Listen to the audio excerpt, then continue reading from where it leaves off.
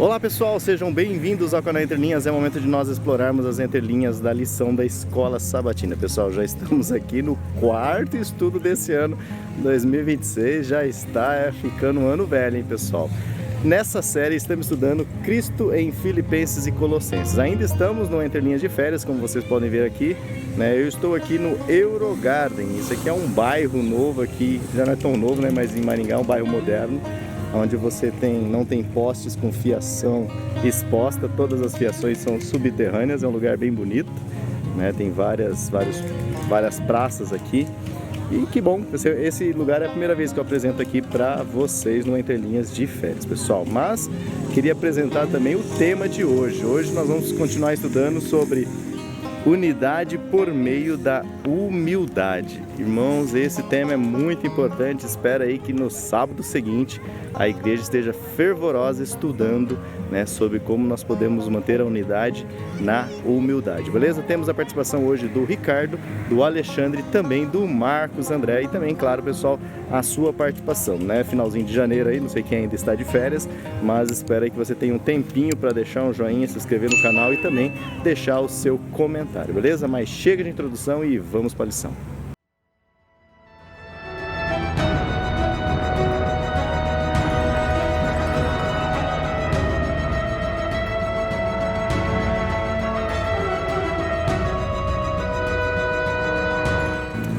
Bom pessoal, antes de eu chamar o Ricardo e de orar, queria mais uma vez agradecer a vocês que têm aí deixado o seu comentário. Estamos conferindo todos, estamos de férias, mas sempre ligados aqui no canal, né pessoal? A gente confere os comentários, as mensagens de carinho, de ânimo, de incentivo.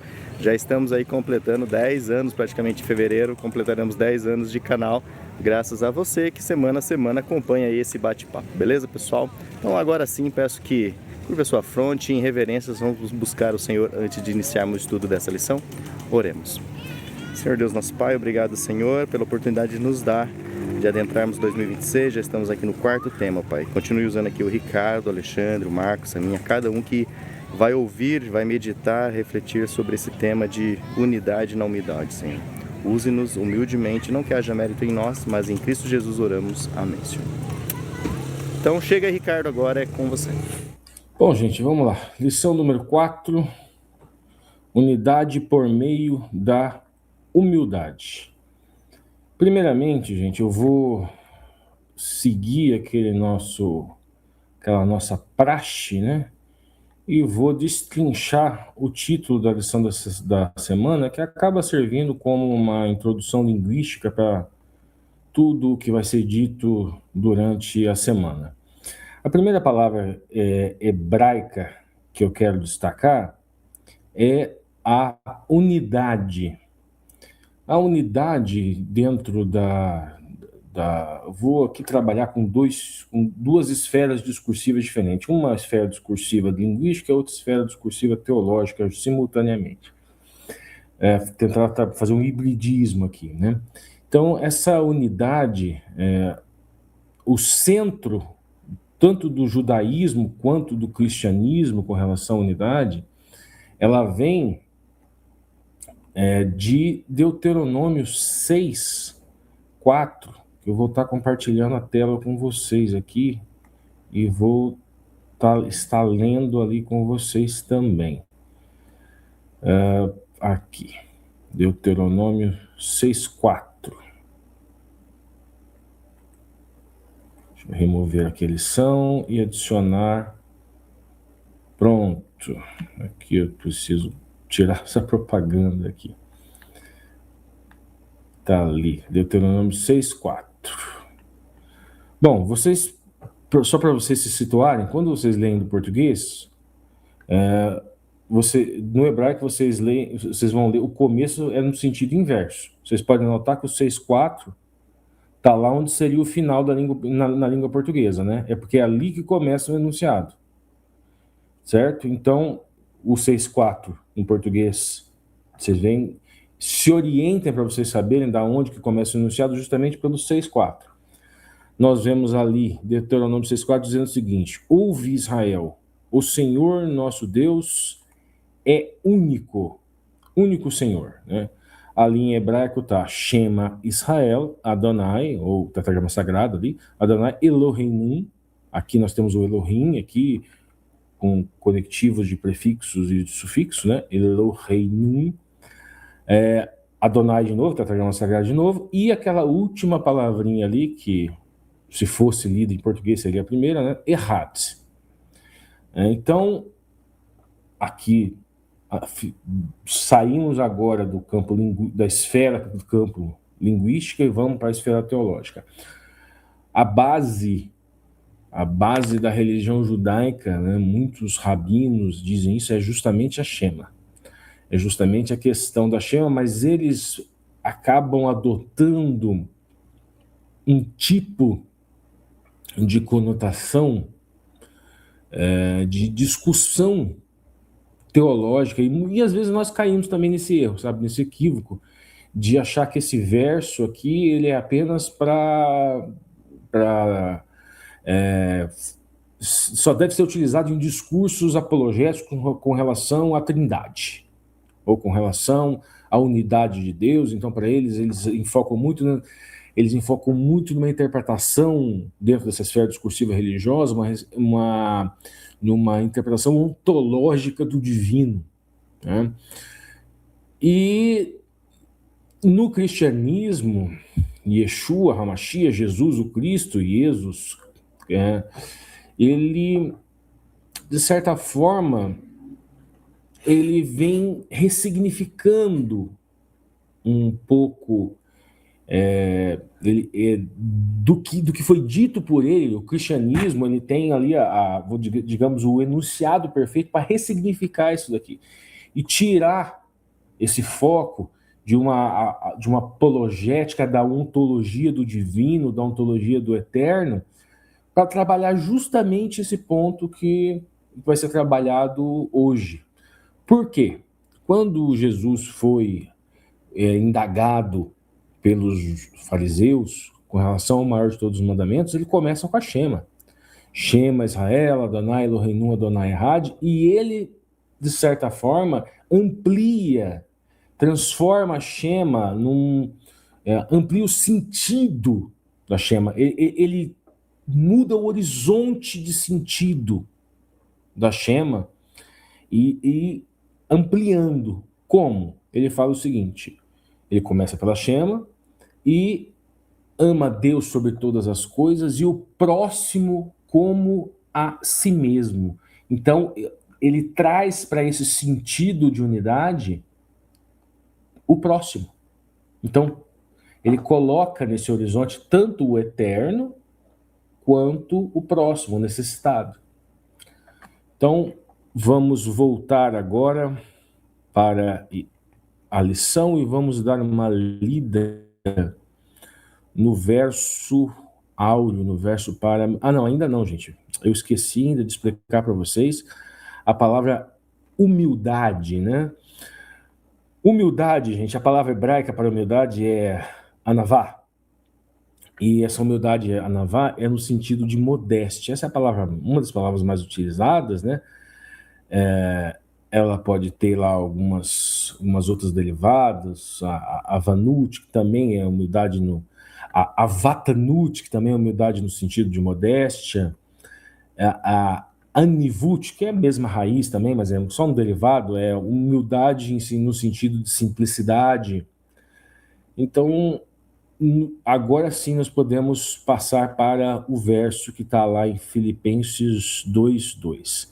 Diz o seguinte: completem a minha alegria tendo o mesmo modo de pensar, tendo o mesmo amor e sendo unidos de alma e mente. Filipenses 2:2.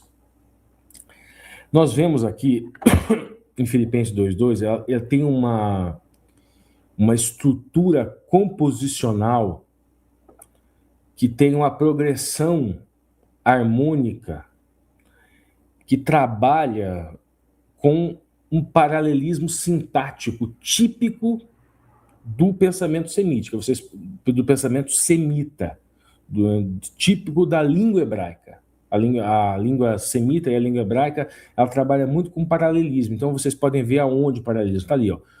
O mesmo modo de pensar, o mesmo amor, uma só alma, uma só mente. Aí que vocês identificam essa estética, como é que eu vou dizer, esse lampejo, essa influência da estética semítica aqui nesse texto, né? Você vê, mas você vê também, assim, uma cadência estilística típica também de retórica helenística, justamente porque o apóstolo Paulo está escrevendo em grego. Então tem uma forte ressonância, mas ela tem essa forte ressonância semítica, esse pensamento em blocos paralelos. Então isso traz um efeito estético, assim, quase litúrgico. E essa sensação de convergência entre o judeu e o gentil, ela é percebida na estética do texto. O texto conduz assim dessa forma. Tem uma repetição com um certo uma insistência estética, assim, com um eco sonoro, utilização de mesmo, mesmo com mesmo, uma com uma. É esse paralelismo. Essa imagem, assim, ela traz ideia como se campos distintos estivessem se movendo, o pensar, o amar, o ser, o querer, para um centro comum, para a humanidade. Você percebe isso na estilística do texto. A unidade tem também aqui nesse texto, gente, vocês podem perceber uma estética de afeto. Aonde que está esse enunciado? Contemplem a minha alegria. O apóstolo Paulo, ele começa ali com o imperativo, sejam unidos. Mas depois ele parte para essa categoria afetiva, falando de alegria. Então existe um apelo relacional no texto, um tom convidativo no texto. Ele cria, de certa forma, uma imagem discursiva de vulnerabilidade. A unidade de muitos ela é apresentada como aquilo que preenche o outro. Você precisa do outro para você ser forte, obviamente, no corpo de Cristo. Isso e nas outras cartas a gente vê muito isso, né? Então, a alegria aqui, ela apresenta de certa forma, uma incompletude. Ela tem um vazio estético que só pode ser preenchido pela comunhão. Aí que esse vazio estético dessa alegria, aí se tem uma alegria plena. Também tem uma imagem discursiva ali, uma estética de inferioridade. Relacionando alguns conceitos, mente, amor e alma. O versículo, ele não vai mencionar práticas internas, ele vai mencionar práticas assim num plano interior, no plano da mente, no pensar, no amar. Ele utiliza a expressão como alma, mente. Então, esteticamente, isso vai deslocar, vai fazer um deslocamento discursivo de uma imagem discursiva do visível para uma imagem discursiva do sensível. Aquele que lê, ele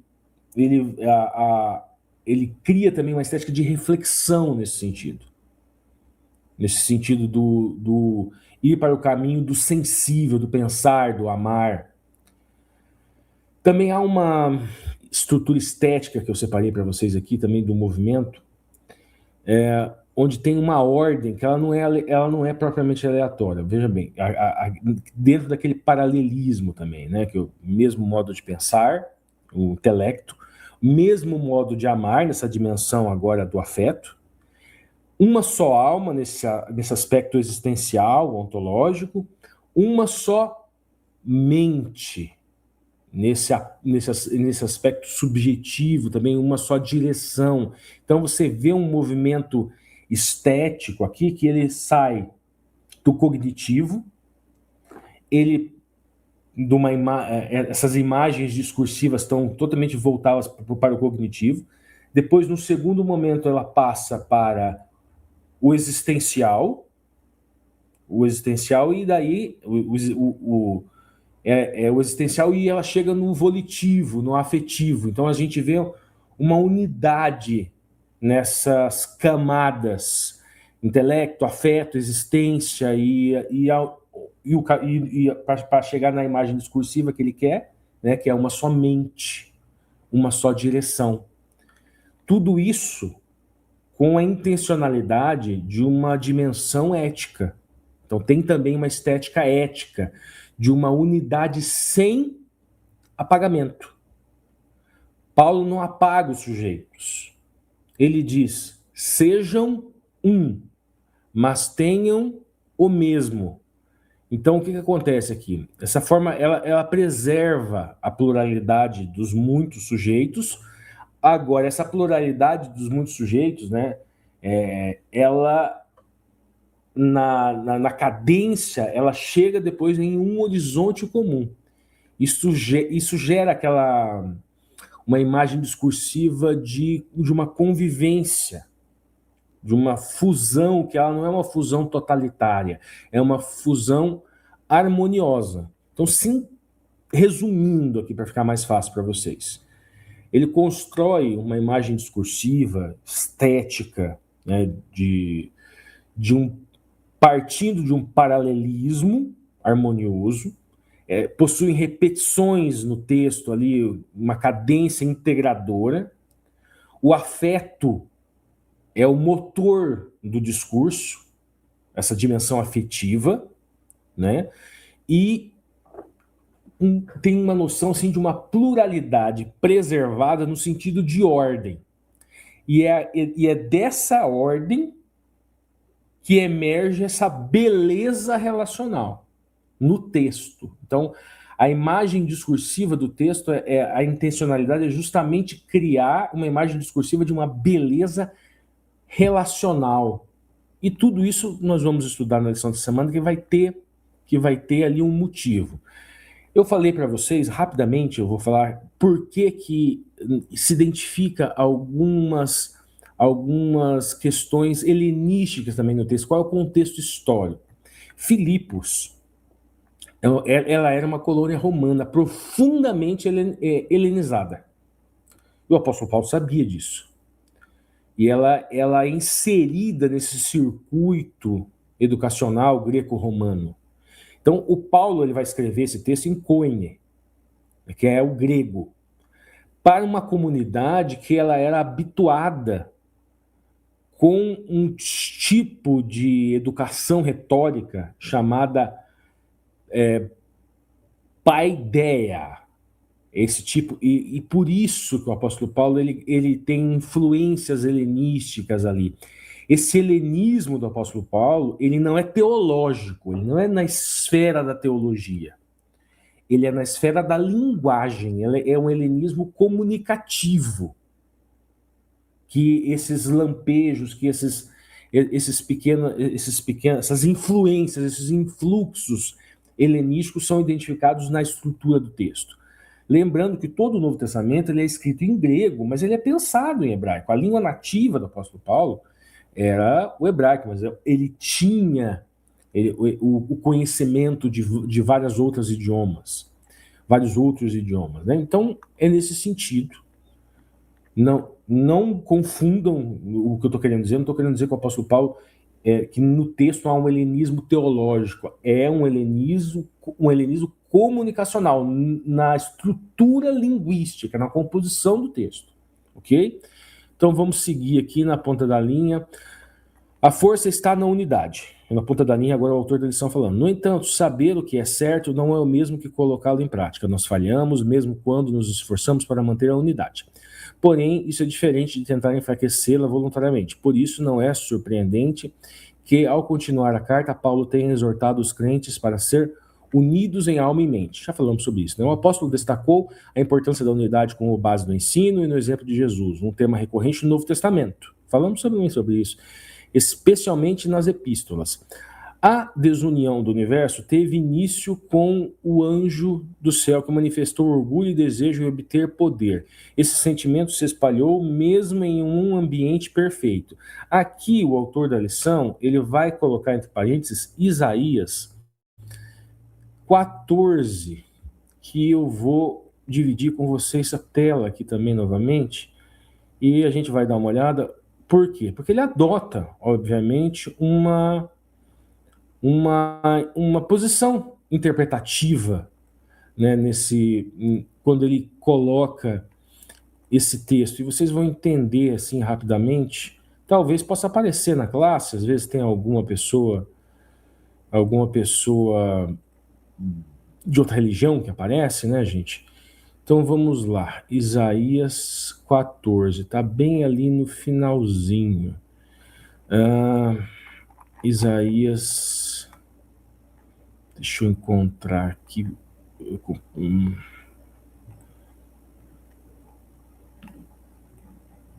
Isaías 14. Tá ali.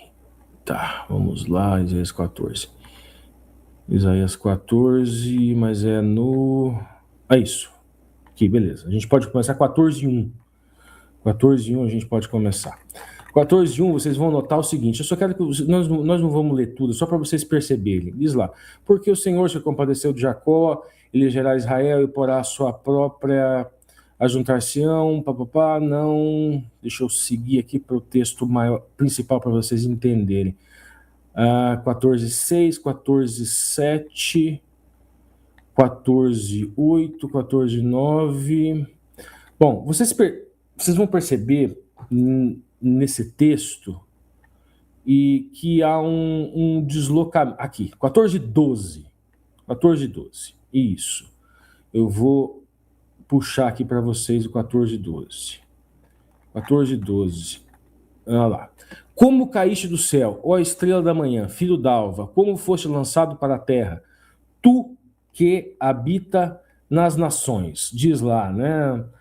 Utiliza Eiknafalet, Mishamaim, Heileu. Heileu é justamente estrela da manhã. Essa aqui é a expressão. Ben Shahar, Heileu Ben Shahar, estrela da manhã. A interpretação, aqui há uma refração de significados nesse texto aqui. O autor da lição adota uma específica. Qual é a refração de sentidos e de significados? Primeira interpretação. Aqui está se falando do rei da Babilônia. Do rei da Babilônia. Segunda interpretação. Aqui está se falando de Lúcifer, de Satanás. Terceira interpretação. Terceira interpretação ela é uma interpretação mista, eclética, que fala que no começo está se falando do rei da Babilônia, mas depois as características que são dadas, elas não parecem de um humano e que seria um estilo. Então, isso também é uma interpretação, tá? Que seria um estilo semita de começar a falar, de começar uma cadência partindo do concreto para o espiritual. Mas isso também é um tipo de interpretação. E por que isso? Nós vemos ali em Isaías, deixa eu ver onde é que fala descansou com júbilo, aquele que fere o povo com furor, os ímpios, aqui, 14:4, gente, lá no 14:4, isso, 14, aqui, aquele, 14:5, então proferirá esse dito contra o rei da Babilônia, e dirás, como cessou o opressor, Venassat, Hamashal, Hazé, Al-Melech, Bavel. Aqui, Melech Bavel é o rei da Babilônia. Então é por isso que existe essa refração, esse excedente de sentidos, sabe? aqui no texto, e o autor da lição, obviamente, vai adotar um dos sentidos que se refere a Satanás. Depois encontrou, e agora voltando, gente, vamos voltar aqui para a ponta da linha, de novo. Depois encontrou terreno fértil no Éden, por meio de um descontentamento semelhante com as ordens de Deus e do desejo de alcançar posição mais elevada do que aquela que ele havia determinado. Gênesis 3, 1 a 6. Eu também vou compartilhar aqui com vocês agora a tela de Gênesis 3, 1 a 6, eu vou dar uma lida para vocês. Compartilhar tela. Não, arquivo não. Compartilhar tela. Gênesis. Aqui. Bom, vamos lá. Vamos ver se já chegou até vocês. Isso, agora sim. Nós vemos ali, gente, Gênesis 3, 1, diz o seguinte, eu vou ler a maior parte em português. Ora, a serpente era mais astuta que todas as animais do campo que o Senhor Deus tinha feito, e disse à mulher, e assim disse, não comerás da árvore do jardim, da árvore do conhecimento. Depois nós seguimos ali, eu vou descer mais um pouquinho até não comereis do fruto. Então a serpente certamente disse à mulher, aqui no 4, né, não morrerás, aqui no 3:3. Então aqui, peri atz asher hagan beto amar Elohim lo tukelu, né, aqui mais o fruto da árvore do jardim não comereis. E depois no 3:4, vaiomer ha-nash, a serpente. Aqui também temos uma refração de sentidos, e são vários os sentidos que são refratados aqui. Primeiro sentido, que esse texto, isso você sabe muito bem, tem uma interpretação alegórica, que na verdade tudo isso é uma grande alegoria. Segundo, não, esse texto é um texto literal, essas coisas realmente aconteceram. Terceira interpretação, o texto ele mescla sentidos literais e alegóricos. E tem outras interpretações intermediárias aí. Tem uma interpretação que eu descobri recentemente, que há quem interprete que esse texto se refere a Moisés e o povo no Mar Vermelho de maneira alegórica.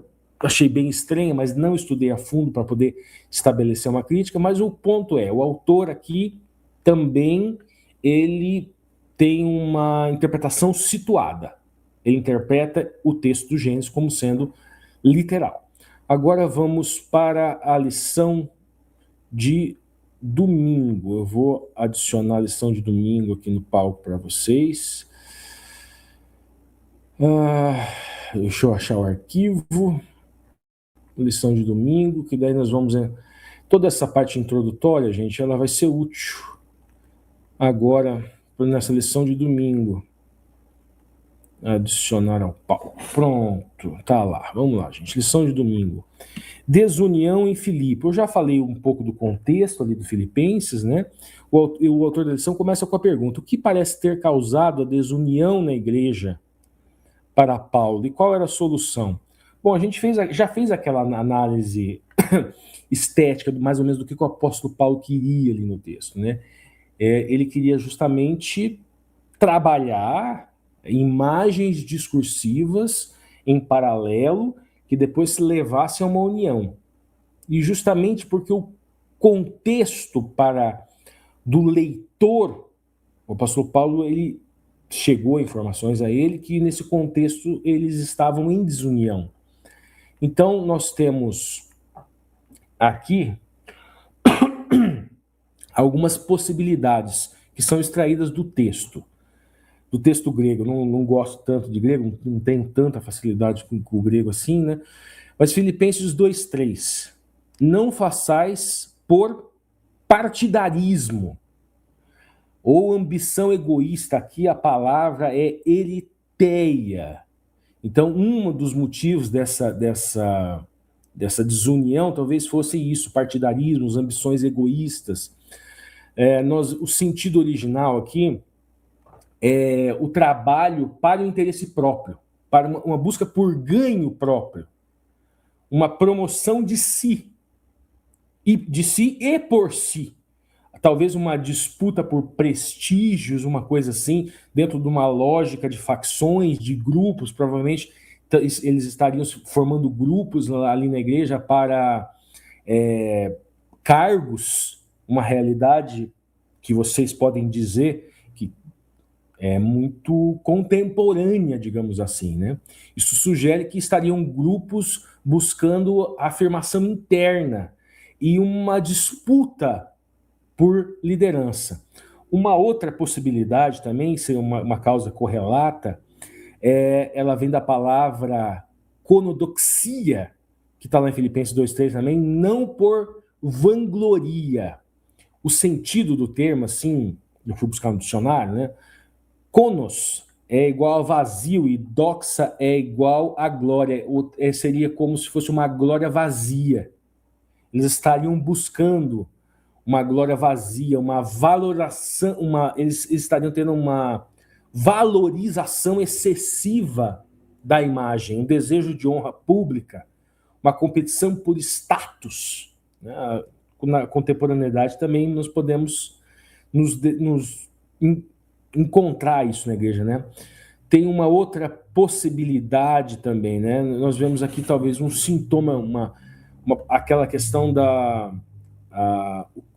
o que o apóstolo Paulo, quando o apóstolo Paulo utiliza aquela fórmula, mesmo modo de pensar, mesmo amor, uma só alma, uma só mente, você vê aqui uma insistência que pode indicar também um problema. Essa insistência no amor, né, na unidade de afeto, na unidade no pensar, pode indicar o quê? Uma fragmentação de perspectivas e afetos. Existe talvez e isso, obviamente, voltado a um egoísmo, né? Então aqui nós também temos esse outro indício.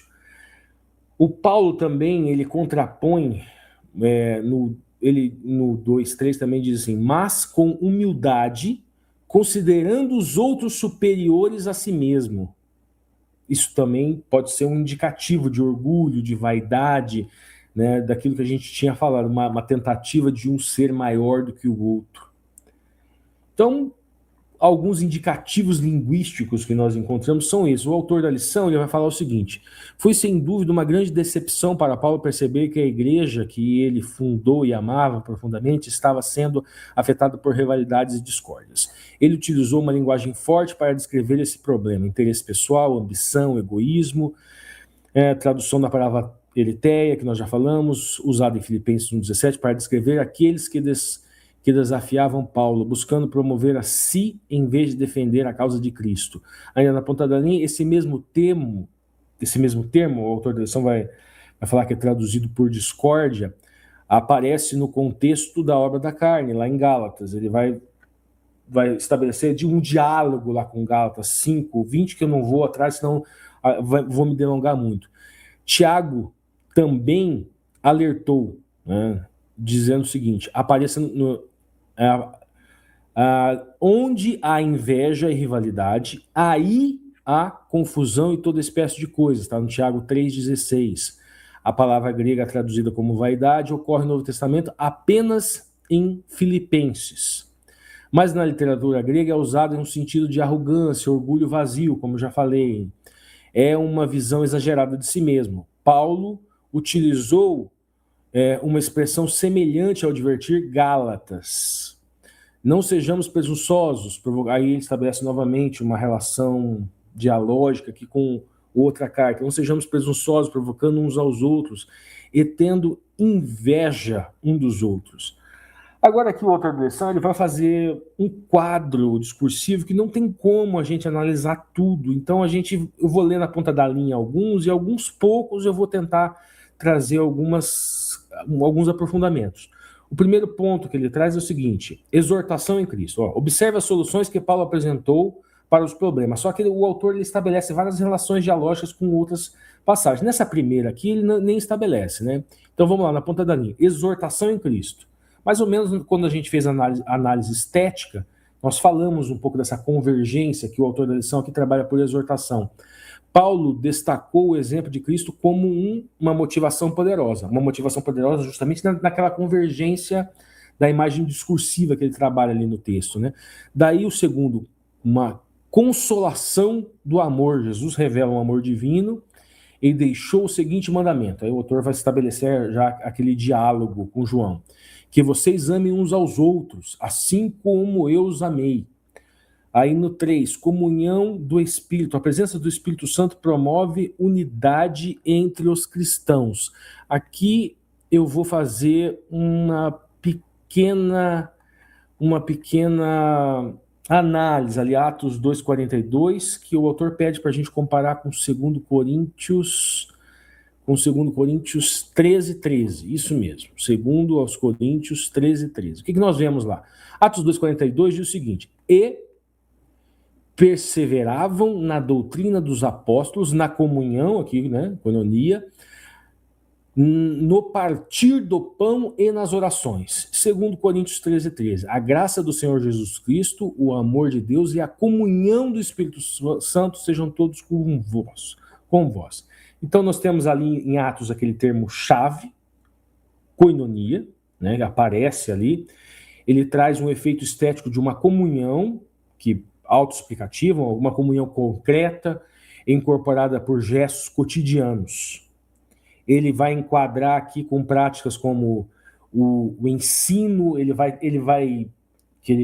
parte de uma esfera, ele vai fazer um movimento ali do ensino nessa esfera mental, ele vai partir para uma coisa mais concreta, que ele vai para a mesa, então ele parte do mental, depois ele parte para algo mais sensível, sensível, não só sensível, como uma necessidade fisiológica de se alimentar, né?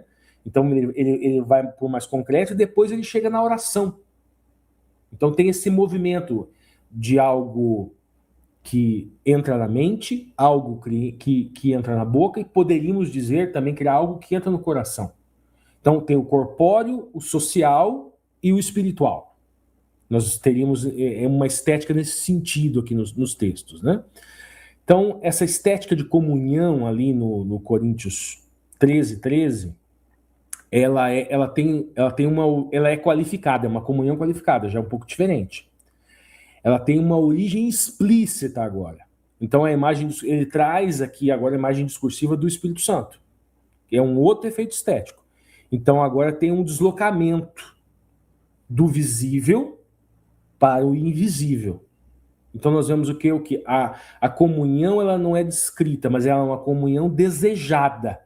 Então nós poderíamos dizer que os dois textos eles se completam. Aqui mais num sentido espiritual, né, que ele já vai trazer uma agência, uma condição, que pode casar depois no cristianismo com o discurso trinitariano, a graça de Cristo, o amor de Deus, a comunhão no Espírito Santo. Então, nesse sentido. Então, agora vamos seguir aqui na ponta da linha, para a gente não se delongar muito. O quarto, né, o afeto. Essa característica divina foi revelada na vida de Cristo. Ele vai estabelecer uma relação, um diálogo com Mateus e com Marcos, sendo ilustrada na parábola do bom samaritano e na parábola do filho pródigo. Aqui eu desenvolvi um pequeno paralelo, né, para a gente dar uma encerrada e passar para o Alexandre. Também eu fiz uma análise estética mais conjugada, vamos dizer assim, né? Das duas. Bom, o bom samaritano, gente. Primeiro, o que nós temos em comum nas duas parábolas? Tem um deslocamento de expectativa. Quem deveria amar não ama. No caso, o filho pródigo, né? E aquelas outras pessoas que passavam.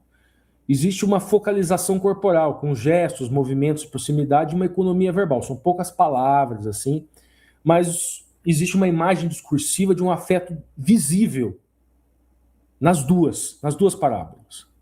Nós vemos lá o bom samaritano, está lá em Lucas, né? Então nós vemos o quê? Nós analisamos aqui, quando a gente faz análise discursiva, existe um elemento, o cronotopo do caminho. Nas duas nós vemos isso. Nós vemos o cronotopo do caminho. E aonde no Bom Samaritano que nós vemos esse cronotopo do caminho? Nós temos o caminho do filho que vai e do filho que volta. Então tem uma estética do filho pródigo, perdão. Vamos lá, do Bom Samaritano nós temos o caminho, aquela pessoa que estava precisando e aquelas pessoas que passam, e nós temos ali aquela pessoa, o samaritano que ajuda. O samaritano que é ajudado, vamos dizer assim. Vamos lá.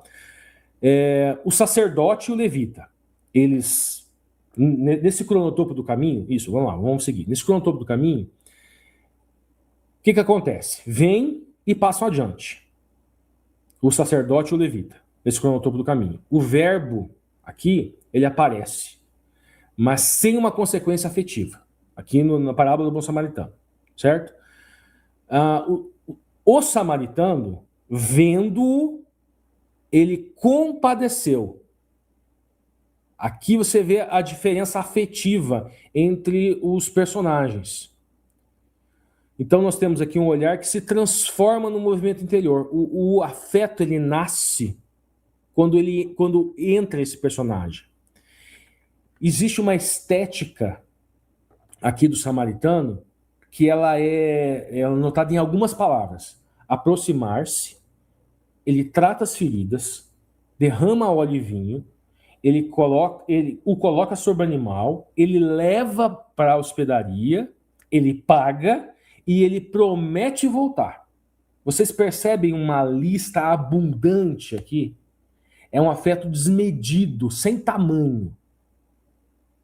E quem conhece a parábola do filho pródigo já está fazendo os paralelos aí na própria cabeça, né? Mas uma diferença aqui também, uma outra diferença não, uma semelhança aqui com o pai, né? É que é um afeto sem discurso. O samaritano não fala. O afeto é totalmente verbal, corporificado só por gestos aqui na parábola. Então é um amar e fazer, simplesmente.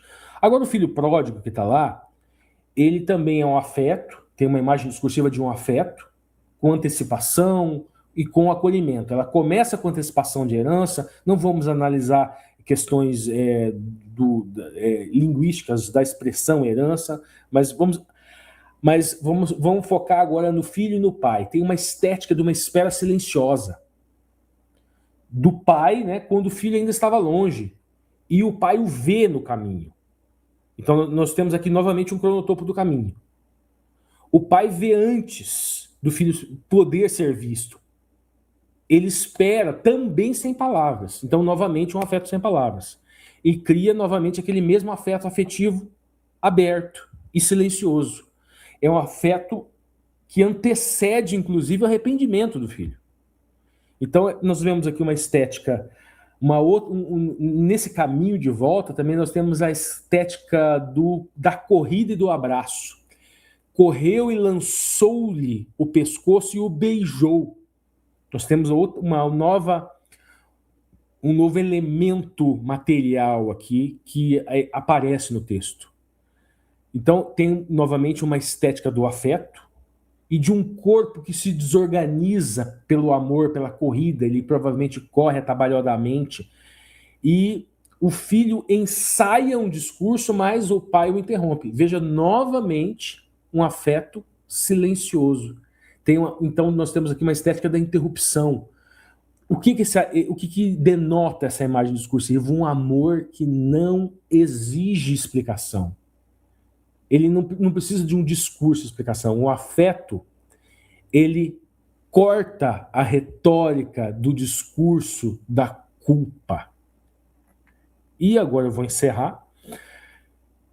5, com algumas coisas na ponta da linha, vai para o Alexandre. Compaixão. Seguindo o exemplo de Jesus, seus seguidores também são chamados a agir com misericórdia. 6, unidade em pensamento, amor e propósito. Nós já falamos bastante daquelas imagens discursivas dessa unidade. É difícil imaginar uma forma mais enfática de destacar a importância da unidade do que as palavras do apóstolo. Tenham o mesmo modo de pensar. Bom, aqui, agora eu encerro e passo para o Alexandre.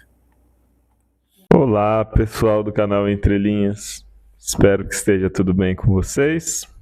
Meu abraço para todo mundo. Obrigado, Ricardo, pela participação.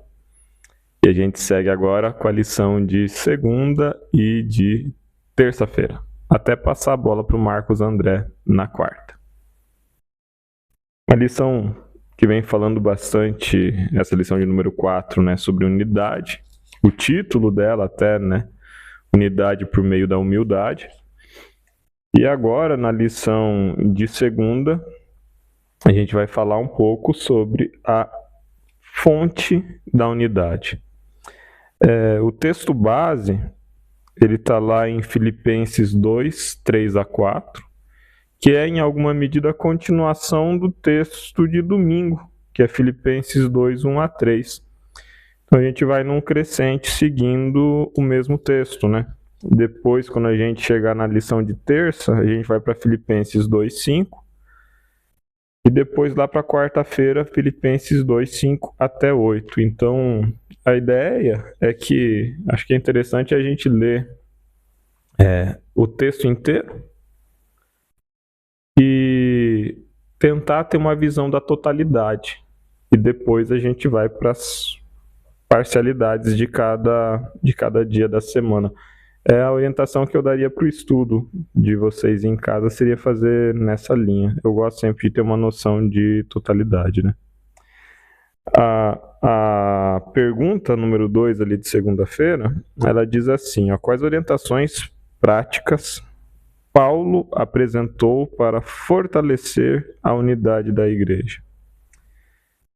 E ali em Filipenses 2, 3 a 4, a gente consegue ver vários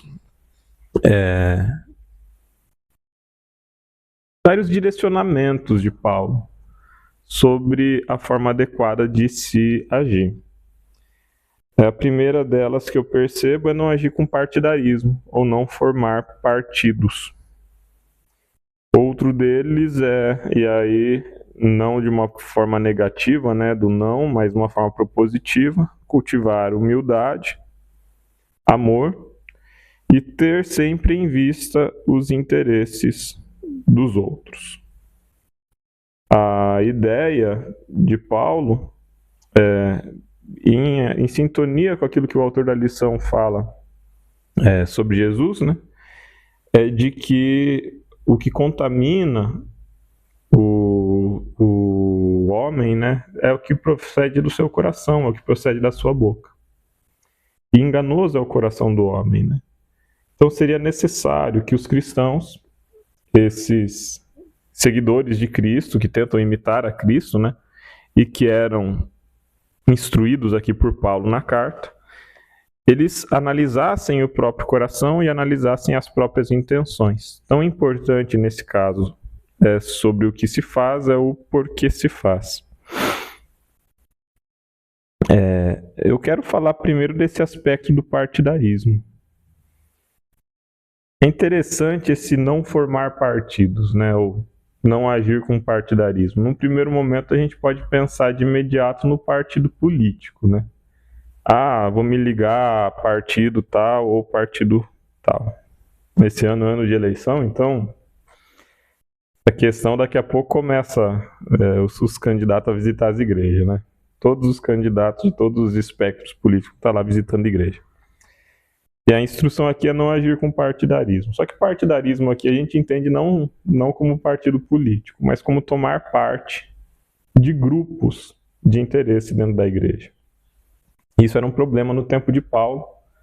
Isso foi um problema ao longo de toda a história da igreja e isso é um problema hoje ainda. Eu nasci em 1990 e nasci em família adventista. Eu tenho 36 esse ano e sempre vivi no meio adventista e nesse tempo eu já vi muita coisa. É importante que a gente faça de vez em quando uma autocrítica, sabe? Eu já participei de muita reunião de comissão de nomeações e já tive contato com muita gente que participou das trienais, das reuniões de conferências e assembleias de associação, de divisão, de união. em que se vão eleger os oficiais do período administrativo, né, do ciclo administrativo. Se reúne ali, os irmãos se sentam, o processo de democracia da Igreja Adventista é tão bonito, sabe? Da instituição é tão organizado, é tão bonito. Cada igreja tira os seus delegados, os delegados das igrejas vão para regionais, tiram delegados, e essa democracia pela base, assim, né, da comunidade atuando, decidindo, depois eles se reúnem e vão escolher os oficiais. Então quer dizer que aquela pessoa numa associação, numa missão, numa união, numa divisão, que vai ocupar, às vezes, o Ministério de Mordomia, que vai ocupar lar e família, que vai ocupar o atendimento com os jovens, que vai atender a parte de educação, que vai atender a parte de ministerial, né? E presidência de campo também. Eles não são escolhidos por uma mesa, eles são escolhidos por uma assembleia. É um processo democrático. Os delegados vão lá, votam, opinam, tiram nomes, votam em nomes. E aí oram antes disso, pedem a instrução do Espírito Santo. E aí se indica e se recomenda nome tal para tal cargo, nome tal para tal cargo. E assim se estrutura, né, a administração de um campo, a administração da igreja. E aí é que Paulo está falando, não formar partidos ou não agir com partidarismo. Será que nessas assembleias, nessas comissões de nomeação, às vezes na comissão de nomeação da igreja local não tanto, e é duro falar isso, mas quando a gente vê as comissões de campo, né, quando a gente vê as trienais, quando a gente vê essas conferências, quantas vezes eu ouvi de pessoas que participaram de nomes já chegarem indicados, já terem acontecido reuniões anteriores em que se decidia fulano vai ficar com tal cargo, ciclano vai ficar com tal cargo, beltrano vai ficar com tal pasta, esse presidente de campo tem essa e essa equipe, tem esse nome que ele quer trazer com ele. Gente, o nome disso é partidarismo, tá? Tem um livro, não recomendo, se você é novo de fé, não recomendo que você leia ele, porque às vezes vai te quebrar um pouco o encanto, né? Vai te quebrar um pouco a ilusão de perfeição que se tem no início com a igreja. Mas um livro que foi escrito por um ex-pastor adventista que se chama Antes que Seja Tarde. E assim, independente da pessoa, independente de julgamentos quanto ao autor do livro, a mensagem que esse livro traz é uma mensagem muito importante. Principalmente para quem é velho de igreja. E principalmente para quem é liderança de igreja. Antes que Seja Tarde é um livro que pede uma reforma na igreja, em termos de administração. Justamente para combater esse tipo de partidarismo. Gente, um presidente de campo ele pode ter os seus preferidos. Eu tenho os meus preferidos. Professor tem aluno preferido, chefe tem funcionário preferido, e presidente de campo vai ter os seus subordinados preferidos, sim. Só que presidente de campo não é dono de igreja. E presidente de campo tem que se dobrar ao interesse da Assembleia. E as assembleias, elas precisam votar de acordo com a instrução do Espírito Santo, não com a instrução de homens. É necessário que a gente reveja, não a estrutura necessariamente, porque a estrutura é muito bonita, mas é necessário que a gente reveja a forma como essa estrutura tem operado, justamente para cumprir com essa instrução de Paulo. Paulo fala, não hajam com partidarismo. Existem partidos dentro da igreja, e isso é um problema. Existe o partido do pastor tal, o partido do pastor tal, o campo tal, o presidente de campo tal. Aí o meu grupo vai ocupar o poder agora, vai ocupar tal e tal função. E, gente, não é para ser assim. Não é para ser assim. Quando uma assembleia se reúne, ora, pede instrução do Espírito Santo, é importante que cada irmão ali possa votar com a sua consciência, possa se posicionar com a sua consciência, fazer reuniões antes para tirar posição, chegar numa trienal com os nomes já montados. Gente, isso é negar o espaço para o Espírito Santo agir. Isso é manipular o processo. Isso é agir com partidarismo. E aí, a gente está numa lição inteira que fala de unidade, né? E estou eu aqui levantando uma bola, levantando um problema que causa desunião, que causa intriga, que causa conflito. Talvez primeiro olhar seria olhar para o Alexandre e falar assim: ô Alexandre, fica quieto, cara. Você está querendo agir contra, você está querendo desunir, você está querendo quebrar com a união. A gente tem que ter humildade e união. Então, aceita o líder, obedece o líder e segue o líder. E una-se. Aí eu pergunto, gente, unidade a que custo? E a unidade é com quem? A unidade é com a igreja ou é com Cristo? Eu acredito que é com os dois. É a igreja unida em Cristo. Agora, a unidade não é com o pastor fulano de tal, nem com o departamental ciclano. Não é assim que funciona. A unidade ela é necessária, mas a que custo? A gente não deve, de forma alguma, preservar a unidade pisando em princípios.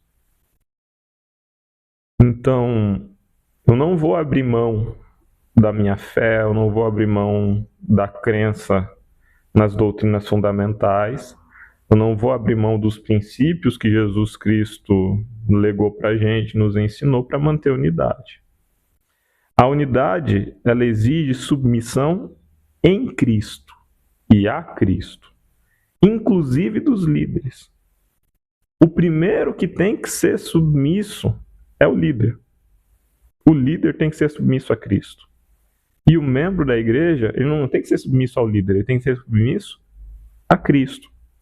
Porque tendo Cristo como esteio, tendo Cristo como norte, todos sendo submissos em Cristo, a gente mantém unidade, mantém um só corpo, mantém uma só igreja.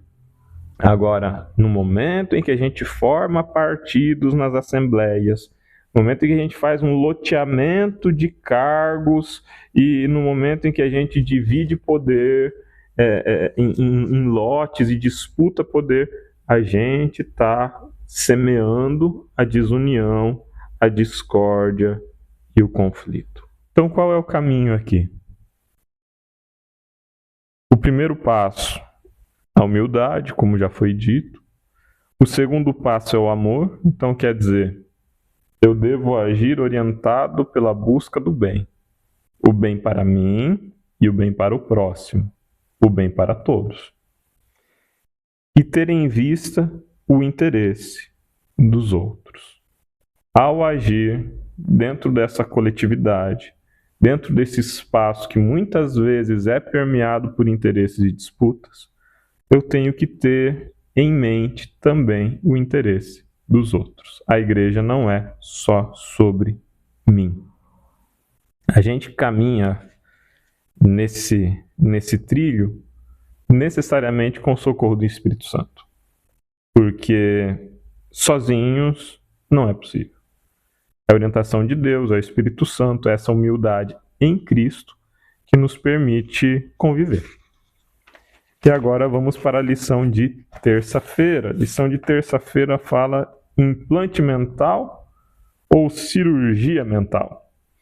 E aí começa ali falando de algumas empresas que estão falando de implantar chip no cérebro das pessoas para combater depressão, doença de Parkinson, epilepsia, até controlar a máquina. Eu vi outro dia um macaco, pegaram o macaco e colocaram uma placa de computador no cérebro do macaco e pegaram uns fios ali, ligaram esses fios a um braço robótico e aí o macaco conseguia pegar a banana usando um braço robótico, controlando com o seu cérebro diretamente.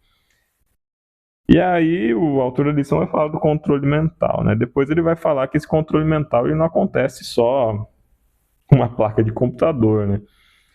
Que o controle mental ele acontece por meio da indução da mídia, da cultura. E aí eu pensei assim, e os pastores, sabe? Os pastores, e eu não falo os pastores adventistas, mas eu falo líderes religiosos no geral, incluindo alguns adventistas. Mas eles também não fazem uma forma de controle mental, às vezes? Sabe, quando um coach famoso pega uma pessoa paraplégica na cadeira de roda e fica mandando ela levantar e andar, e fica vendendo curso e falando que você tem que vibrar na frequência do progresso e da riqueza e comprar o curso dele para ficar rico.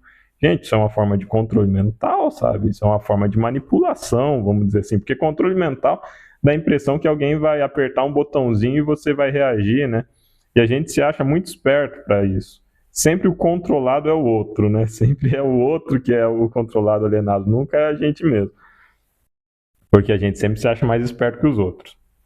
E talvez uma das primeiras lições que a gente tem que aprender é que, cara, eu não sou mais esperto que os outros, não, e você não é mais esperto que ninguém também, não. Nós é tudo bobinho e a gente precisa da instrução e do cuidado ali na condução da vida.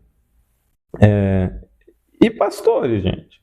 E pastor que manda irmão vender a casa e trazer o dinheiro na igreja, prometendo prosperidade ou prometendo cura?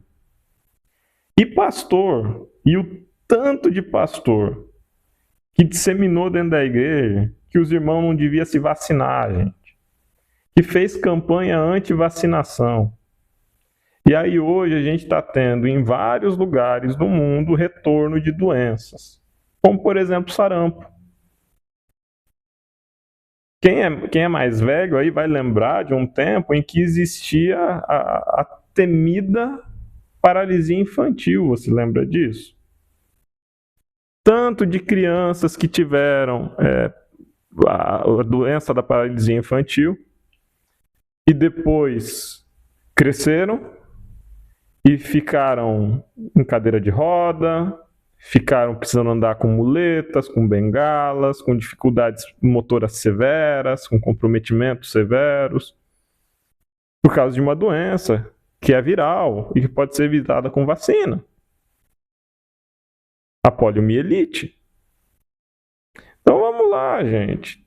Um pastor, um líder religioso, ele tem formação para falar sobre vacinar ou não vacinar? É essa a expertise, é essa área de saber dele? Eu não tenho.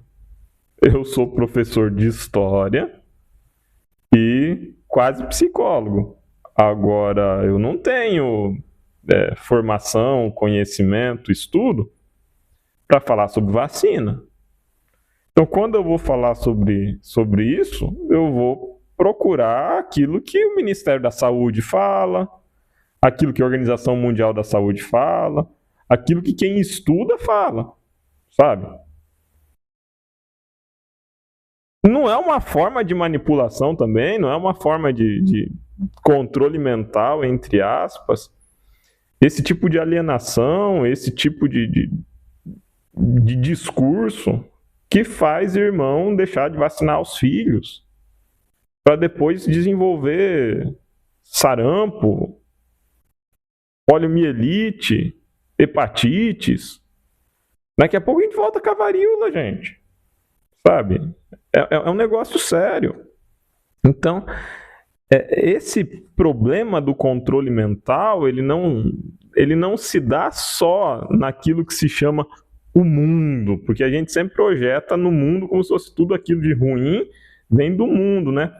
E tudo aquilo que está na igreja necessariamente é de bom.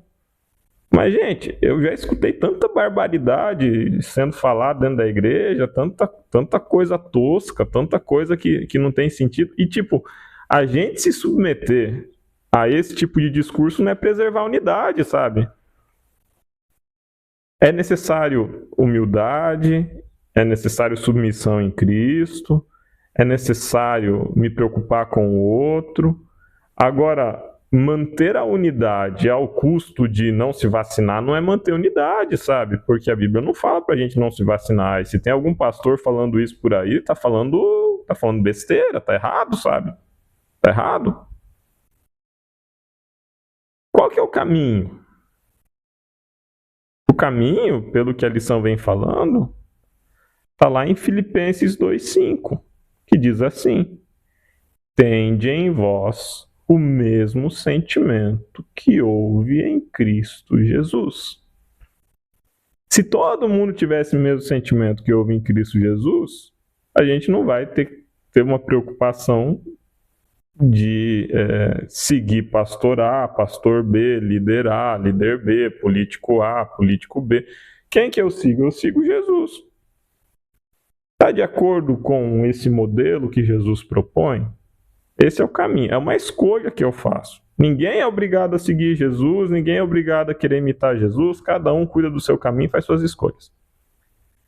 Agora, se eu quero seguir Jesus, eu vou tentar viver de acordo com isso, que é o quê? É humildade, é amor, é cuidado com o próximo, é perdão, é acolhimento, é zelo com a verdade, é integridade. Agora, tá falando de acordo com isso?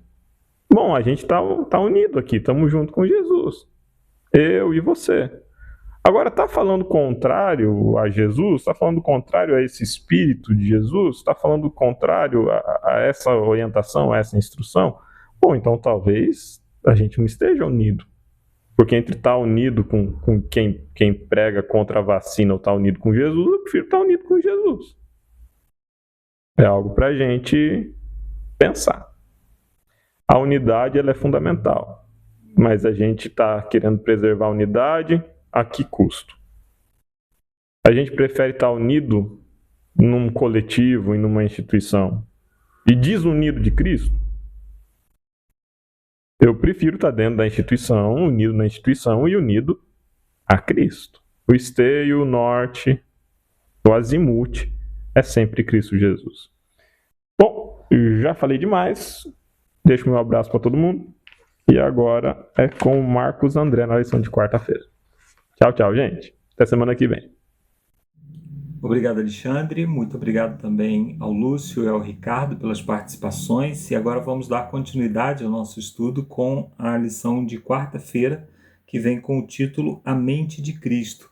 E a lição de quarta-feira é basicamente a resposta da pergunta de terça-feira. Na parte de terça-feira tem uma pergunta: o que você acha que significa ter o mesmo modo de pensar de Cristo?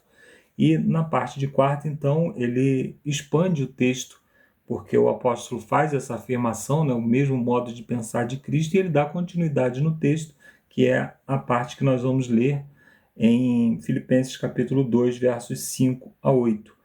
Aqui o autor começa falando sobre o lutador Muhammad Ali, que declarou: eu sou maior. Então ele falava a respeito de si mesmo, né?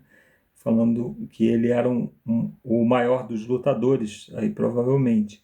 E aí o autor diz que essa maneira de pensar, ela não está de acordo com aquilo que Cristo fez, e Paulo apresenta Cristo como o nosso modelo. Ele vem falando sobre humildade, ele vem falando sobre ter o mesmo modo de pensar de Cristo, e então ele apresenta Jesus como modelo. Aí o autor ainda continua dizendo aqui que Jesus, por outro lado, né, ao contrário do Muhammad Ali, que falou que ele era o maior, Jesus, por outro lado, viveu absolutamente sem pecado, tentado em todas as coisas, à nossa semelhança. Ele nunca pecou, nem mesmo em pensamento, embora fosse filho, aprendeu a obediência pelas coisas que sofreu, Hebreus 5, verso 8, e a submissão de Jesus à vontade do Pai, que foi perfeita, né? E não houve um momento sequer em que ele se recusasse a se submeter, embora, sem dúvida, isso muitas vezes não tenha sido fácil, né? Então Jesus ele tem... todos nós resistimos ao pecado até o momento em que nós caímos, né? Você há de convir que se eu sofro uma tentação e eu caio na primeira investida da tentação, a tentação ela me afetou muito pouco. Outra pessoa que resiste um pouco mais, né, que resiste maiores investidas da tentação, sofre um pouco mais. E Jesus, como nunca cedeu a uma tentação, ele sofreu as investidas ao extremo. Então, Jesus ele foi ao extremo em todas as investidas de Satanás contra ele, em todas as tentações ele resistiu a todas e portanto, ele resistiu mais do que qualquer um de nós, né? E aí, o autor nos pede para ler Filipenses capítulo 5, verso 8, quando ele vem, então, falando a respeito do modo de pensar de Cristo, né? O verso 5, ele diz assim, ó, tenham em vocês o mesmo modo de pensar de Cristo, que, mesmo existindo em forma de Deus, não considerou o ser igual a Deus algo como deveria ser retido a qualquer custo. Lembrando que o verso 4, né, que vem antes desse texto, ele fala que nós não devemos ter em vista somente o que é propriamente nosso, mas ter em vista também o que é dos outros. Ou seja, levar em consideração também a opinião dos outros, levar em consideração o modo de pensar, o modo de ver o mundo, a cosmovisão do outro, antes de impor a nossa opinião, a nossa própria maneira de pensar. E aí ele apresenta então um modelo, que é Cristo. Ele fala que Cristo ele existiu em forma de Deus, ou seja, é igual a Deus, né? O autor explica isso aqui um pouco mais para frente. Ele é o próprio Deus, é igual ao Pai, mas ele se esvaziou dessa divindade e não reteu isso a qualquer custo. Ele não ficou apegado a esse fato. E aí o autor dá continuidade aqui, verso 7, dizendo assim, pelo contrário, ele se esvaziou, assumindo a forma de servo, tornando-se semelhante aos seres humanos e reconhecido em figura humana. Ele se humilhou, tornando-se obediente até a morte e morte de cruz. Então o modelo é Cristo. Então vamos supor, né, só para a gente entender o que o autor está dizendo aqui, ele está dizendo assim, olha, se você se considera a pessoa mais inteligente aí na sua igreja, e por isso você quer impor a sua opinião sobre a opinião dos outros, você lembra que o nosso modelo é Cristo, que é o próprio Deus, ou seja, pleno em sabedoria, onisciente, e ele veio aqui e ouviu as lamúrias das pessoas, ele participou das dores das pessoas, e não disse que isso seria grande coisa, não considerou isso como grande coisa, mas foi humilhado, ele se tornou um ser humano. Pense que se Jesus tivesse vindo para se tornar um rei aqui nessa terra, ele já estaria se humilhando tremendamente, mas ele veio e se tornou um servo, e um servo que foi obediente até a morte e morte de cruz, ou seja, ele saiu do ponto mais alto, mais extremo, e foi até o ponto mais baixo. Ele foi morto pela sua missão, morto pela raça humana, né, que o humilhou com as humilhações mais terríveis que alguém poderia sofrer. Então esse modelo que é apresentado pelo apóstolo Paulo, né, ele diz aqui, não façam nada por vaidade ou por interesse pessoal. Ele está dizendo, olha, se você chega na igreja e você diz assim, olha, eu sou o diretor do departamento, então eu não posso passar um pano aqui nesse chão, tem que chamar aí um diácono, alguém que tem um cargo inferior ao meu, ou talvez você pense assim, olha, eu me formei na faculdade, eu estudei medicina, sou um doutor, reconhecido pelas minhas qualidades, e agora eu chego aqui na igreja e eles querem me colocar aqui para passar um pano no chão, ou para ter um cargo menor aqui na igreja, um cargo de diácono, por exemplo, né, que é um cargo de serviço. Então Paulo está lembrando que o modelo é Cristo.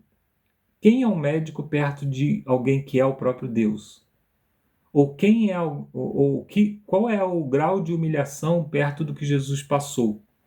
Então, se alguém se considera melhor do que os outros, né? Se alguém se considera mais eloquente, mais bem formado, mais capacitado do que os outros e por isso ignora as opiniões alheias, se eu chego na igreja, por exemplo, e alguém não aperta minha mão, não me cumprimenta, aí eu fico chateado, vou embora. Será que você sofreu o mesmo sofrimento de Cristo? Primeiro, será que você é tão importante quanto Cristo para que as pessoas te reverenciem na igreja? Se não, você já não está na mesma medida, não, a sua comparação já é absurda. Então, e ao mesmo tempo, se o fato de alguém não te cumprimentar na igreja quando você chega, né, você não receber ali um aperto de mão, um abraço, isso é equivalente à humilhação de Cristo? Não. Então, as pessoas que não entendem isso, às vezes ficam chateadas, mas Paulo está apresentando um modelo. Fala assim, quando nós estamos ainda dentro desse patamar, ou seja, eu não sou tão grande quanto Jesus e não fui humilhado tanto quanto ele, eu posso suportar.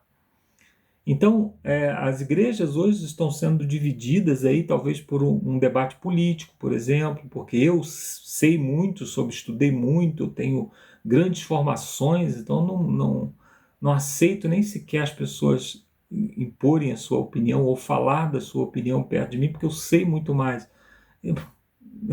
É o que Paulo está dizendo. Fala, quem é você perto de Cristo? Quem é você comparado ao que Cristo fez? Nada. Então o modelo é sempre Cristo. Então se você está chateado com a igreja ou com alguma coisa que aconteceu porque alguém passou por cima de você, passou por cima do seu cargo, porque era o seu dia de cantar e no dia colocaram outra pessoa, ou porque você se preparou para pregar e no mesmo dia veio um pastor e o pastor pregou e você não. Então coisas desse tipo, né, que criam desavenças, que criam tristezas em nós, são pequenas demais. O apóstolo Paulo está dizendo, são pequenas demais porque o modelo é Cristo. O modelo é muito excelente. Nós não temos como nos comparar, né? Então, o fato de que Cristo ele se esvaziou completamente para assumir essa forma de servo deve nos motivar a não termos esse tipo de atitude. Teve uma vez que eu estava conversando com um amigo e chegou um pastor de uma outra igreja e ele perguntou qual era o cargo que eu ocupava na igreja. E na época eu ocupava o cargo de ancião. É muito difícil explicar o que é um ancião para outras igrejas, porque as pessoas não sabem, né? Eles têm lá presbítero, tem diácono, o próprio pastor, mas ancião é um outro cargo. E como eu estava com um pouco de pressa, né, eu poderia ter explicado que é tipo um presbítero e tal, mas como eu estava com um pouquinho de pressa, na hora me ocorreu de dizer assim, olha pastor, na minha igreja eu sou servo, porque quando eu chego na igreja e precisa de alguém para pregar, eu prego. Mas se eu chegar também e tiver o chão ali do hall de entrada sujo, eu pego um pano e passo. Então eu acho que o meu cargo é servo. E ele ficou admirado com isso, né? Eu creio que Deus me usou ali naquela hora para falar isso, e é a grande realidade, é como nós devemos nos enxergar. Nós devemos nos enxergar como servos. O apóstolo Paulo, quando ele fala a respeito dos dons, ele diz que tem alguns dons que são considerados mais excelentes do que os outros. Mas nós devemos nos lembrar que todos eles são oriundos da mesma fonte, vem de Deus. É o Espírito Santo quem decide a quem ele vai dar de maneira particular. 1 Coríntios capítulo 12, verso 11. Então, não existe função que seja maior ou menor, não existe nada que seja de uma excelência maior ou menor se nós trabalhamos na obra de Cristo. Por quê? Porque nós somos participantes do sacrifício de Jesus. Nós somos participantes da obra, da mesma obra. Nós estamos caminhando, trabalhando na mesma empresa, por assim dizer.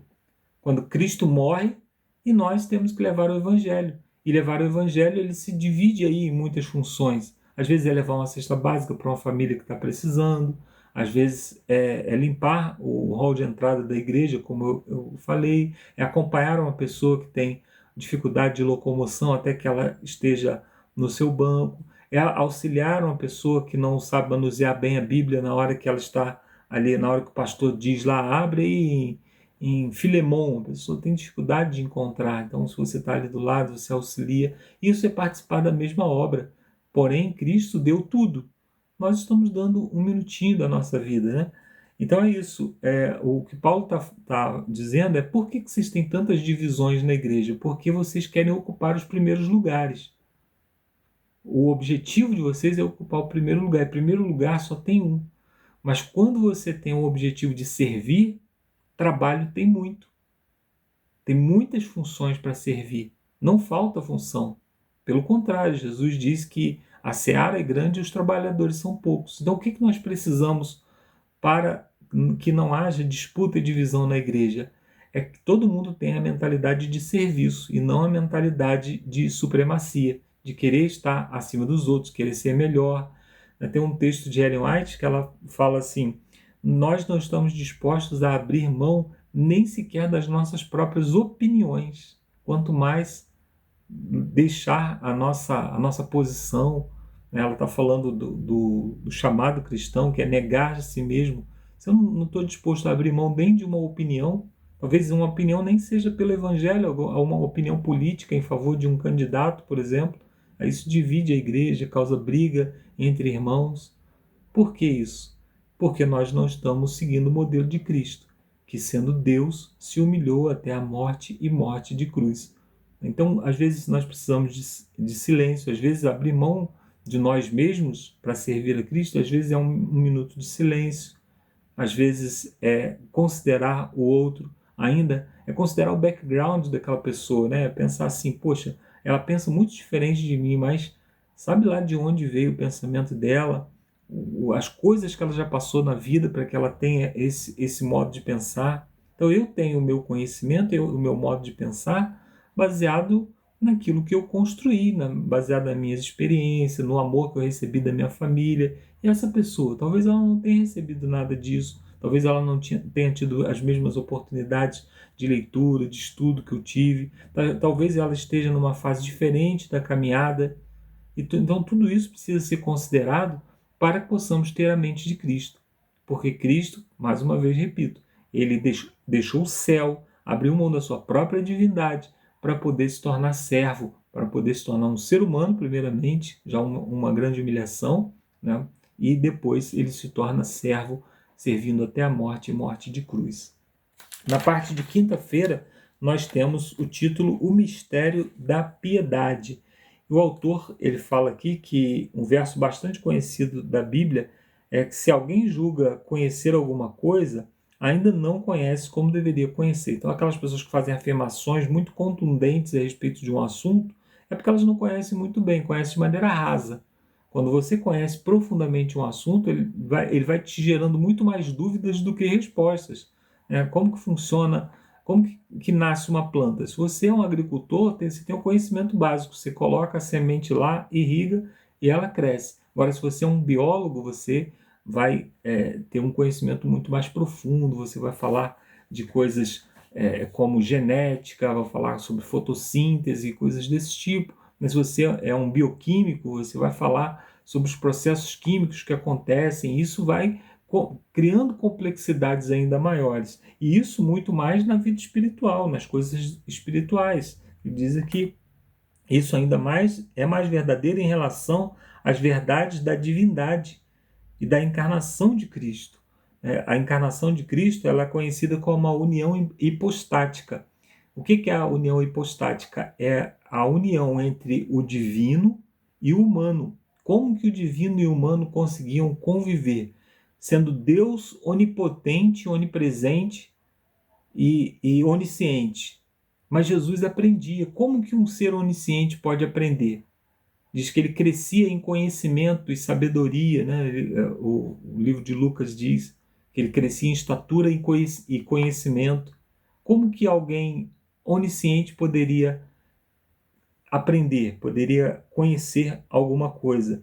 Então, essa união hipostática ela é um tema de estudo e um dos versículos que nos ajudam a compreender esse tema é esse versículo que nós acabamos de ler em Filipenses, que diz que ele se esvaziou, ou seja, esvaziou-se da sua divindade. É como se a divindade ela fosse um sentido de Jesus, né? Assim como nós temos o paladar, como nós temos a fala, como nós temos a visão ou a audição. Então a divindade era como se fosse isso e ele desligou. É como se ele falasse assim, eu vou para ser humano, eu não posso enxergar, então eu vou passar a vida toda, apesar de humano, apesar de divino, apesar de enxergar, eu vou passar a vida toda com os olhos fechados.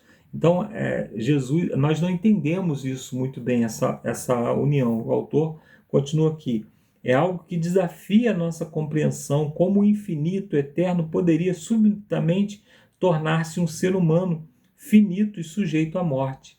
É esse o centro do que Paulo descreveu como o mistério da piedade. E isso, como o autor diz aqui, vai ser objeto de estudo por toda a eternidade, porque nós não conseguimos compreender, né, como que Cristo se cansava, sendo ele onipotente, como que Cristo se entristecia, tendo ele poder e conhecimento para todas as coisas, como que Cristo tinha dúvida, como que ele precisava aprender. Nós não temos conhecimento a respeito disso, né? O mais próximo que nós conseguimos chegar é esse verso aqui, Filipenses capítulo 2, verso 7, que ele diz que ele se esvaziou. Mas o que significa isso? Nós não sabemos. Então, aí o autor diz aqui que esse capítulo de Filipenses, né, ele fala que ele existia em forma de Deus, ou seja, a palavra morfé, ou morfê, que significa forma, indica a sua natureza divina, mostrando que Jesus era igual ao Pai, né? Como diz lá em João capítulo 1, verso 1. E ele se esvaziou, ou seja, o mistério é que Jesus deixou de lado as suas prerrogativas divinas, né? Como se a divindade fosse um veículo. Agora, apesar de ter o veículo, ele deixa na garagem, né?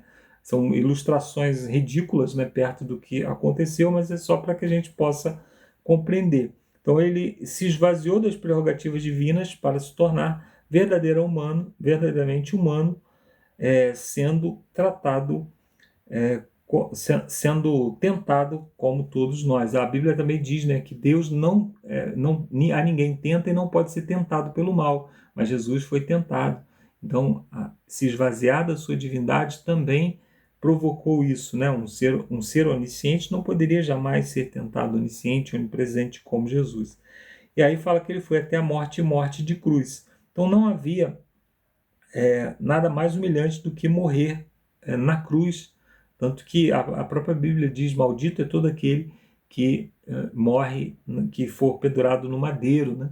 Então Jesus, ele se tornou ali humilhado, se tornou um ser colocado, ele foi colocado no ponto mais baixo da humanidade, mas ele se tornou mas ele venceu, né? Venceu com isso o domínio da morte. O Salmo 8, verso 5, fala que ele se tornou menor do que os anjos, ou seja, se colocando abaixo, inclusive, dos seres celestiais, dos seres caídos, né, que são angelicais. Ele se tornou menor do que os anjos, menor em poder, obviamente, né? E Hebreus capítulo 2, verso 7, faz essa aplicação do Salmo, né, do Salmo 8, verso 5 a Jesus, falando que ele, então, se tornou menor. Eu preciso fazer uma pequena entrelinha aqui a respeito dessa questão da divindade, né? Aliás, dois aspectos. Sobre a divindade de Jesus, não é possível você se esvaziar de algo que você não está cheio, né? Então, Jesus, ele só pôde se esvaziar da sua divindade porque ele é divino. Então ele não poderia colocar de lado a sua divindade ou se esvaziar da sua divindade não sendo ele divino. Então isso prova claramente a divindade de Jesus. Às vezes esse texto ele é usado, né, para falar contra a divindade de Jesus, mas ele afirma exatamente o contrário, afirma a divindade de Cristo.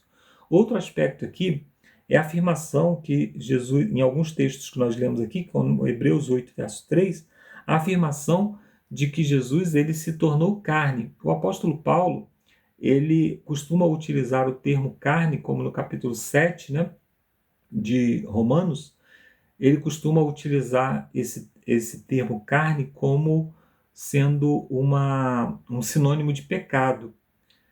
O apóstolo João diz que Jesus, ele se tornou carne, ele se fez carne, né? O verbo se fez carne e habitou entre nós.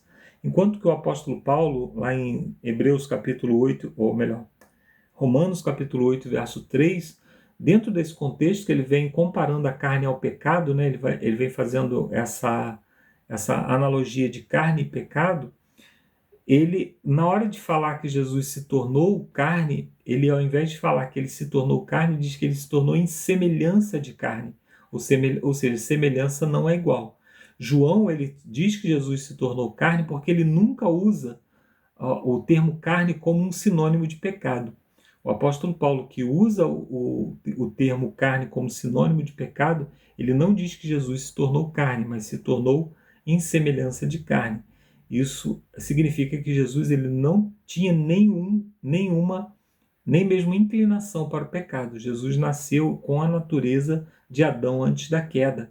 Apesar do corpo dele ser degradado aí pelos 4.000 anos de pecado que já haviam se passado, Jesus ele tinha a natureza de Adão, ou seja, uma natureza sem inclinação para o pecado. Se Jesus tivesse a mesma inclinação para o pecado que nós temos, ele seria parte do problema e não solução.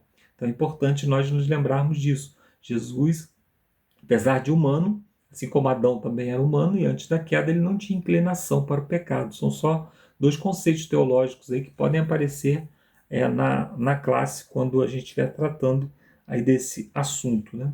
Então, voltando aqui à nossa lição, nós devemos nos lembrar, né? Quando alguém me ofende, será que me ofendeu? Por exemplo, eu já fui ofendido na igreja, eu já estou há alguns anos na igreja e já fui ofendido.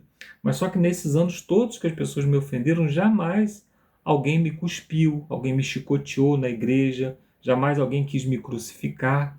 Então, dentro desse patamar aí de comparação, eu estou bem ainda, não preciso sair da igreja, não preciso abandonar a igreja, não preciso ficar chateado com a igreja por causa disso. Lógico que magoa quando alguém fala mal da gente, quando alguém se levanta talvez até um falso testemunho contra a gente, ou às vezes fala sobre algo que é realmente real sobre a gente, né, mas que a gente não gostaria que fosse exposto, mas ainda assim não é motivo para sairmos da presença de Deus.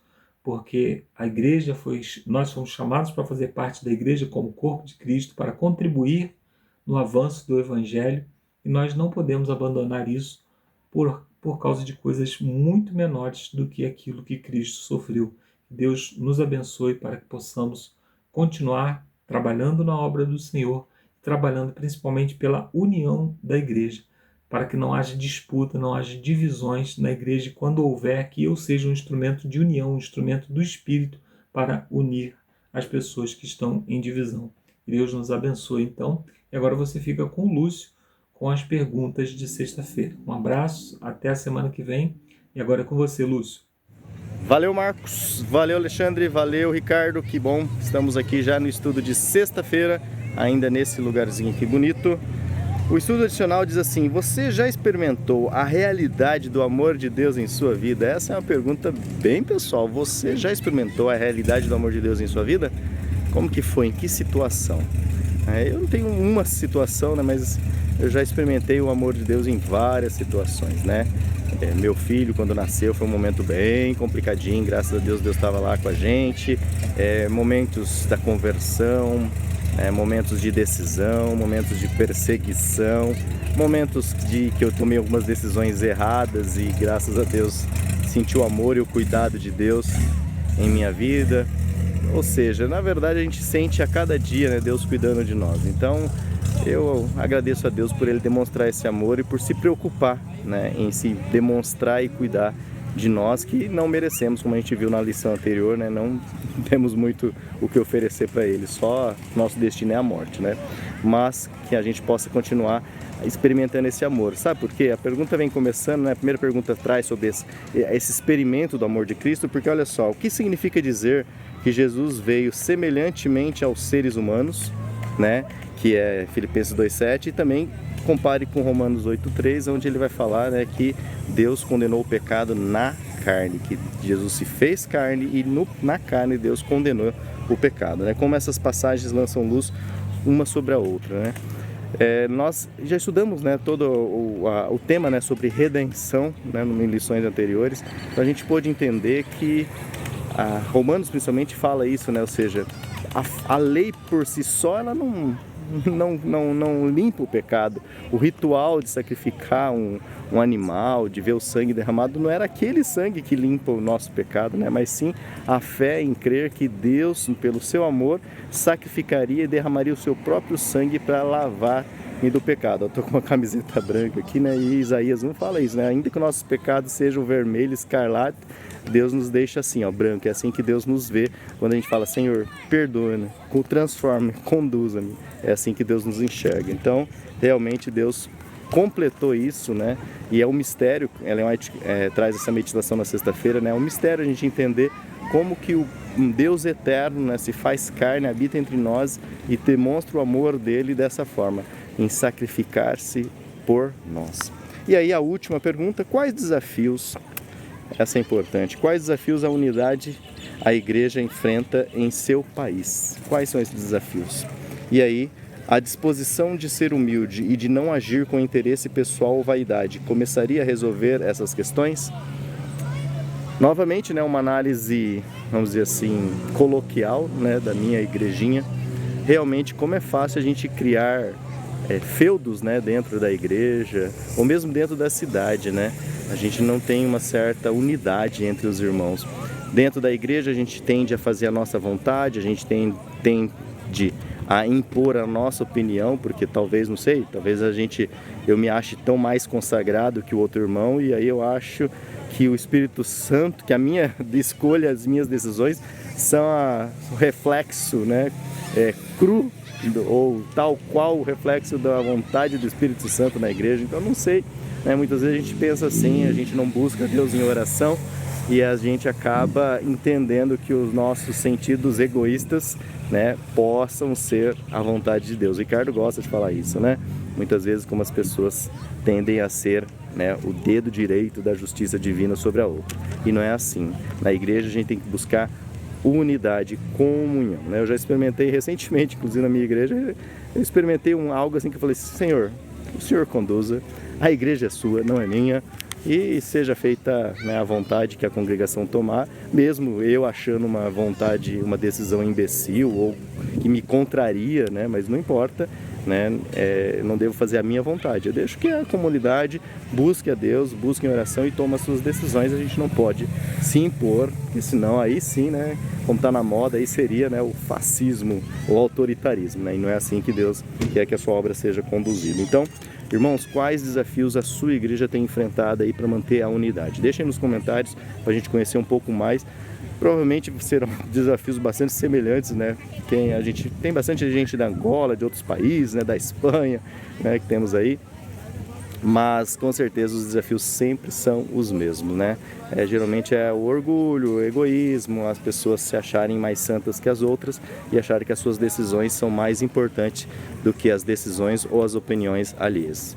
Então que nós possamos, né, depois dessa meditação, dessas falas aí do Ricardo, do Alexandre, do Marcos e dessas perguntas, que a gente possa realmente experimentar o amor de Deus em nossa vida, levar esse amor e ao refletir esse amor dentro da nossa unidade, que a gente possa cumprir a missão nesse ano de 2026, que é nada mais, nada menos do que levar o Evangelho. Não é fazer programações lindas, maravilhosas, não é satisfazer o nosso gosto musical, o nosso gosto estético, mas sim levar pessoas aos pés de Cristo. Beleza, pessoal? Fiquem firmes nessa missão. Bom, encerramos aqui então mais uma lição, 4º vídeo, e agora nos vemos só lá no 5º vídeo, onde nós vamos estudar sobre brilhando como estrelas na noite. Beleza, pessoal? Então, antes de nos despedirmos, né, mais uma vez, vamos buscar o Senhor em oração. Pai, obrigado, Senhor, que o Senhor nos faz refletir sobre esses temas, nos faz enxergar onde nós possamos estar sendo falhos, onde nós estamos falhando junto à nossa comunidade, ao nosso irmão, à nossa igreja, Senhor. Pai, que cada palavra, cada lição, cada reflexão aqui estudada possa ser praticada, possa ser ampliada e possa ser transmitida para que realmente possamos ser unidos e também humildes. Em Cristo Jesus oramos. Amém, Senhor. Então, pessoal, fiquem com Deus. Até o 5º vídeo, se Deus quiser. Tchau, tchau.